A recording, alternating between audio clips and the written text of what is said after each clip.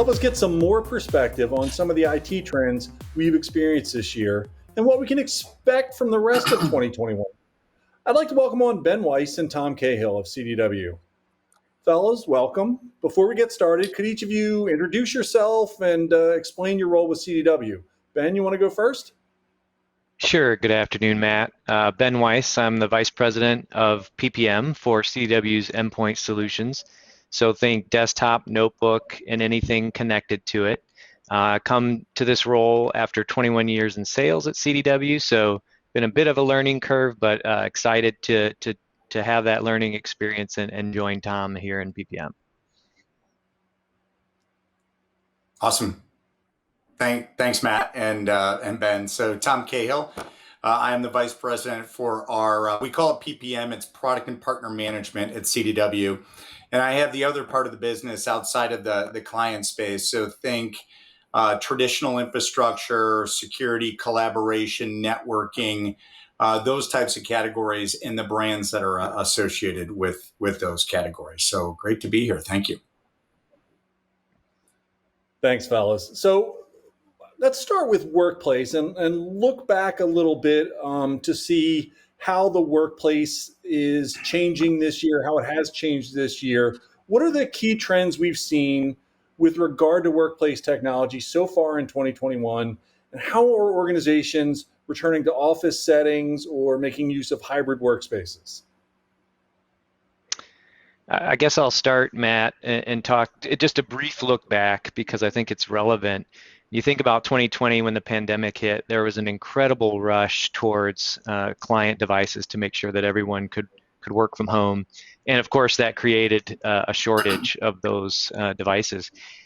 And our customers were taking, in many cases, anything they could get their hands on. There was a high level of desperation. There was a kind of a move away from standards and, in some cases, some of the services that CDW provides just to get the products into the hands of their end users.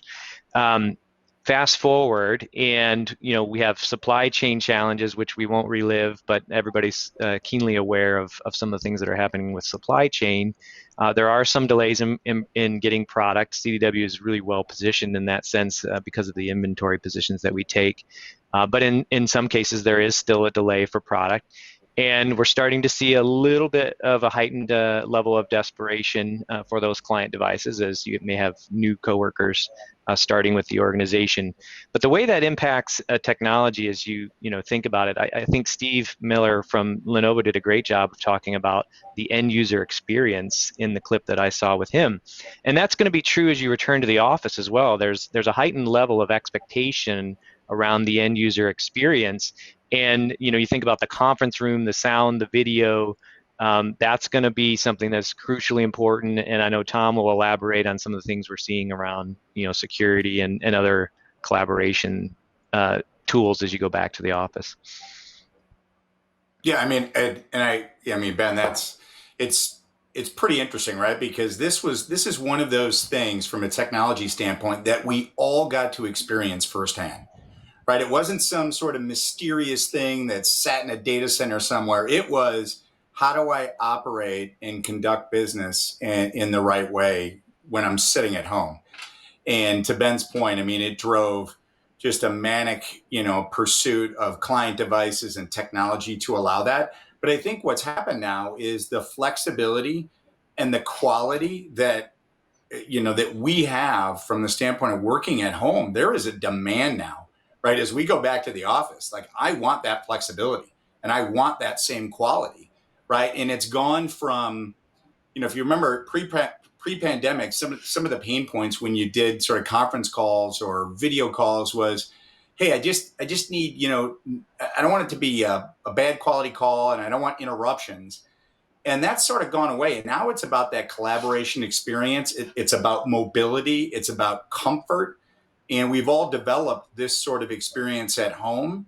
And so as we think about folks going back into the office, we're working with customers to ensure that that transition is seamless, at least from an experience standpoint. Yeah, there really is an evolution going on. How do you guys see technology fitting in as workplaces continue to evolve throughout this year into next year? How is work kind of being reimagined? Yeah, I Ben, you think want to you're going to jump? see yeah, sure, Matt. I think you're going to see a theme here, which is again end user experience. So, as Tom was alluding to, this experience that we now have in our homes, whether that be in the kitchen or in the basement, or if you're lucky enough to have an office, there is a certain level of experience that we've developed in the terms of the type of displays. Sometimes they're multiple displays, keyboard, mouse, docking station, webcam, right? There's a certain level of experience. So as you think about going back to the office, first and foremost, you're going to have to duplicate that environment. You're going to have to produce an environment where a coworker feels like they have everything they need to collaborate, whether it be with other folks in the office or people working remotely. Um, think about the real estate component that Steve talked about from Lenovo. While it would be fantastic if we took all of that space and just added more collaboration space, that would be one of the options. But there will be some scenarios where companies take the opportunity to downsize. What does that mean as it relates to coworkers and the days that they come into the office? Do they have their own unique space? Or are we talking about hotel environments? If we're talking about hotel environments, what's the likelihood of a coworker to consider using a keyboard and mouse that is at the station that maybe someone else used the day before? It's probably not the same level of comfort that it was a year ago. So now you're talking about some locker room arrangements.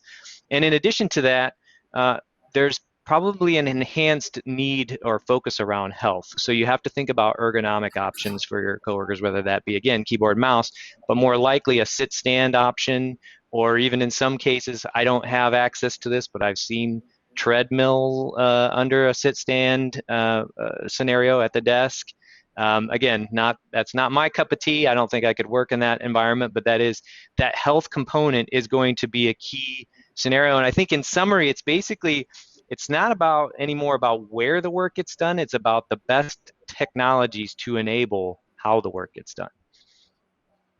Yeah, the ability to stand up while you're working is definitely key for those of us whose Fitbits or Apple Watches are yelling at you to stand up every couple minutes or whatever it is.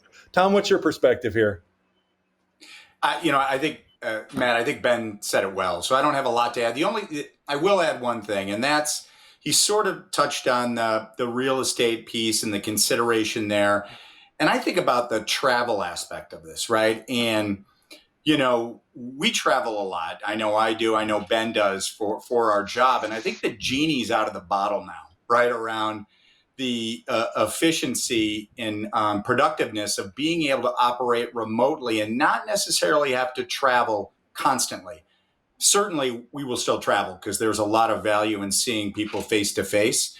But you think about the carbon footprint and the reduction of that in terms of utilizing the technology, again, that we're all using today versus taking that flight for the 24 hours that you're going to spend in, let's say, London. Do you really need to do that? Or can you utilize technology to get the same result? And again, reduce the carbon emissions that obviously I think everyone wants to do what they can, right? And so anyway, that I think that becomes a consideration and a great benefit based on utilizing this technology. Awesome. So let's pivot a little bit to infrastructure. And I know, Tom, this is an area of focus for you. What kind of trends are shaping the way infrastructure is being used to help organizations achieve their business objectives? Sure. So, and you had you played the highlights there, and there were some great speakers on there that know infinitely more about this than I do. But just to share some of the things we saw, and if I go back a year when the pandemic hit, to Ben's point, the customers were really focused on, wow, I've got to outfit my employees with the right gear so that they can operate from home. And some of those infrastructure products sort of went by or projects went by the wayside. Now, I do think as the year went on, we saw, sort of the management needs and the security needs start to sort of elevate in that project list as the IT administrators, management, and leaders had to think about how they were going to manage this massive remote environment, right? So as I think about it this year, there are a couple of things. Certainly, I think some of those projects are coming back to the surface, right? Because in some cases, it's just a pure refresh need. Now, the customers may choose to look at that infrastructure need and put it out in the cloud, or they may look at doing something on premise. But certainly, there's this sort of old technology I need to refresh, so I'm gonna update the latest compute or storage capacity from the standpoint of what I'm using. So you have this sort of need there. There's certainly things like application performance, whether it's new applications or applications that have been developed, cloud natively. Certainly, we think about some of the new demands around remote environments, remote desktop, AI, security. The need around infrastructure to help support that is real. I know one of your speakers talked about the edge and the reality there in terms of ensuring we have the right infrastructure at the edge closer to that end user to ensure they have a great experience. I think probably the biggest thing, though, when I think about infrastructure is it's not necessarily about what it is, right? Because, at the end of the day, a server is a bent metal box with a processor. They're not vastly different from each other. However, it's in terms of business impact, it's going to be more about how do I automate this, right? How do I automate it and deploy it in a way that takes, we call it calories, right? Calories off my plate so that I can focus on maybe some of the other things that are going to allow us to drive more of a digital experience, right, for our customers and create a competitive advantage versus, the person down the street doing the same thing. So again, to sum it up, I sort of rambled a bit there, right? But there are a lot of different sort of variables driving that infrastructure conversation. But when we think about making a difference, it's automation, deployment, and certainly there's some security concerns in there, which maybe we'll touch on in a bit. Right on. So one of the things we're seeing is some more heterogeneous infrastructure environments, so organizations kind of cobbling together different pieces. How can they better manage these kind of environments, do you think? Yeah, so I think that the heterogeneous environment, I think this is sort of the new normal, right? I mean, certainly it's always existed. You'll have different OEMs or publishers that are talk about standardizing across the board on one type of brand or environment. But the reality is the customers are building platforms. They're heterogeneous. And again, it's the new normal. And we've had multiple conversations with large customers where they know they can't use just one platform, right? It's an ecosystem of technology that they need to take advantage of so that they can keep up with the pace of change that their customers are requiring. So when you think about how do I manage that, right? Number one, I mean, the reality is there are tools out there that help customers do that. But I think a lot of it comes down to the people, right? So are you hiring people that have the right skill sets from a cross-functional standpoint, right? That understand, the traditional space in terms of infrastructure, that understand security, that understand the cloud, right? When you can bring those types of resources into your shop, it helps you manage that type of cross-functional type of ecosystem. And by the way, it's not easy. We know customers are struggling with this and struggling with the pace of change. And not to put a big advertisement out there for CDW, but we have built specific capabilities and brought resources to the table to help our customers do that. And we're doing it on a daily basis. Great. Before we get to the next question, I would love to remind the audience that if you have any questions for Ben or Tom or both, please type them into the chat function. And if we have time at the end of the segment, we will get to your questions and ask them of our guests. So moving on, so we're seeing a lot of businesses looking to transform their customer experiences. What kind of technologies, and Ben, if you don't mind going first here, what kind of technologies are they using to support these efforts? Yeah, I can go first, but I'm going to echo what Tom said earlier. I'll just give a couple of examples, though. I think it's going to be a focus on automation, but I think it's going to be a combination of understanding the combination of automation and personalization.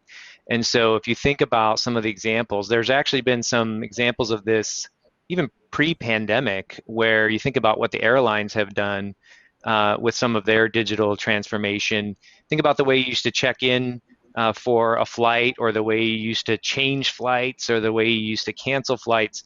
All of that now being automated in an application. I had a flight canceled pre-pandemic, like an hour before I was about to leave for the airport. And first I was glad to know that I didn't need to leave right away for the airport. But within minutes, I was able to change to another flight that was about an hour and a half later, keep working in the hotel room, leave about an hour and a half later, and then catch the next flight. I was able to pick my seat and everything. That's a huge transformation from what the flight experience was years prior. And I think, again, you think about the kiosk where you visit the airline employee when you really have a bind. The goal is to limit the amount of people coming to the kiosk to change a flight, and really focus in on the true customer experience when you really need it. McDonald's is another good example where you've got and other restaurants where you have the kiosk where you can check out versus going to the cashier. It's a good way of automation, but again, for those that prefer going to the cashier, that's still an option. For me personally, I like to kind of choose my own adventure on the chicken sandwich and maybe add some bacon to it. So maybe it's even an opportunity for an upsell for McDonald's. And I know that Tom Cahill loves bacon as well, so I'll let him take it from there. Who doesn't? Oh, yes, that's a good question, Matt. Who doesn't? So I always love Ben's stories, by the way. You could tell he was in sales for 21 years, right? Because he makes it so relatable. When I think about that question, Matt, there are lots of different technologies. And again, just thinking about it from, some of the partners and categories I care about there, I sort of bucketize it, right? And, I'll start with what I already mentioned, infrastructure and automating that infrastructure, right? So when you think about your, as a customer, your on-premise agility, right? What does that look like, right? Have you automated some of those, whether it's deployments, workload on ramps, those types of things? Have you done the right things to increase the agility of that on-premise infrastructure? From there, you move into sort of this hybrid multi-cloud environment, which is, again, fast becoming the norm, right? Whether Shadow IT started it or not, it's happening, right? So do you have control of the cloud, right? Are you doing the right things to ensure, as you think about automation on premise, automation applies across both areas, right? So are you doing the right things to take advantage of that and be as efficient as possible? From there, you get into things like accelerating, we call it digital transformation, right? But it's app modernization. Are you using containers? What does your PaaS strategy look like, right? There's some modern software engineering that comes into play that, you need to consider. And then from there, I think one of your speakers said it well, data, right? Are you leveraging your data, right? How are you managing that? Are you utilizing AI? Most customers, I think, are considering that. But anyway, when I think about those 4 buckets, and again, it's super complex, and it's one of those things where, for us, we love sitting down with customers and going through each of those areas and driving an assessment around those to help them understand sort of where they're at and maybe what they could do to become even more efficient. Awesome. So we touched on supply chain a little bit earlier in our conversation. Let's go back there for a second. We're in this post-pandemic period, and a lot of organizations are paying a lot more attention to supply chains than they did before. So, what's behind this trend, and how can they address any issues that they identify in their supply chains? I think what's behind the trend is a laser focus on what's been happening over the last year. And we've had supply chain challenges in the past, but the executives that I'm talking to within our OEM partners are saying this is probably the worst that they've ever seen it. And we're in a position where, in some cases, we're upwards of 20 plus weeks waiting for product. So why should a customer be focused on that? I guess in one sense, I would ask our customers, do you have the ability to forecast your needs up to 6 months in advance? And if the answer is no, that is a potential risk in the supply chain, because one of the things that we're asking our customers to do is exactly that: attempt to forecast as early as possible so that we can appropriately manage that inventory, which again is a CDW strength.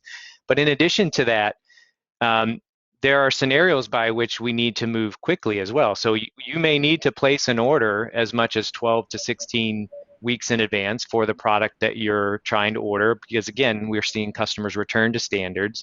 And as Stephen from Lenovo said very well, we're seeing a return to premium devices as well, because it's all about that end user experience. And then the final thing is, and this is also supply chain related, we're seeing price increases in the endpoint space for the first time in several years. So we need our customers to react quickly when we are forecasting and we are producing quotes for our customers. We're asking our customers to produce orders within 48 hours of receiving the quote, because the prices are so volatile. We're seeing price changes as much as twice or 3 times a quarter from some OEMs. It's crazy. So we've seen a major increase in cybersecurity threats during the pandemic. What can organizations do about this? How can they kind of prepare for the future of cyber threats as they continue to evolve and get more dangerous? I'll jump in on this one, Matt. So to your point, we've seen over the course of the pandemic, and it seems like we hear a new story every other week around some sort of ransomware incident or something along those lines where a large organization was breached. And the reality is the cybersecurity threats are going to continue to evolve. So we look at it in a couple of ways. So first and foremost is, well, what do I look like today? From the standpoint of being able to prevent or at least recognize and address cybersecurity threats. And we think about it a couple of different ways. Number one, establishing a framework that's appropriate for your organization. And, you can look at the National Institute of Standards and Technology, and they have sort of security frameworks that you can utilize and actually get an assessment done against that framework to understand where you have gaps, to identify those and then address them. I do think on a regular basis, you want to ensure you have some sort of assessment that does threat hunting, sort of a third party that will do some threat hunting and test the tools you have in place. And again, identify those gaps. And that sort of gets into how you're prepared, right? Because at the end of the day, those security threats are going to evolve faster than we can truly keep up with them. So driving those assessments on a regular basis is going to be key. I think the other piece here is education. I think one of your speakers mentioned this, user awareness, right? Constant training for the coworkers within your organization so that they can recognize cybersecurity threats if presented with one. And I could tell you from a CDW standpoint, we do this on a regular basis. And again, I think that gets a bit into our capabilities, right? We've, based on our customers, right, and what they demand of us, we've gone from, offering traditional InfoSec type of solutions to expand that into advisory services, assessments, hunting tabletop exercises that we'll do with the customers, to ensure that we're helping them create the right framework to protect themselves. Matt, Are you sure I'm the one that came from sales? Because Tom's got a pretty good pitch over there, just going to say. Long time ago, remember, Matt? A long time ago. Fair enough. All right, fellas, thank you very much. This has been a great conversation. I really appreciate your time and your willingness to lend your expertise to this conversation. Thank you, Matt. Absolutely. Thanks, Matt.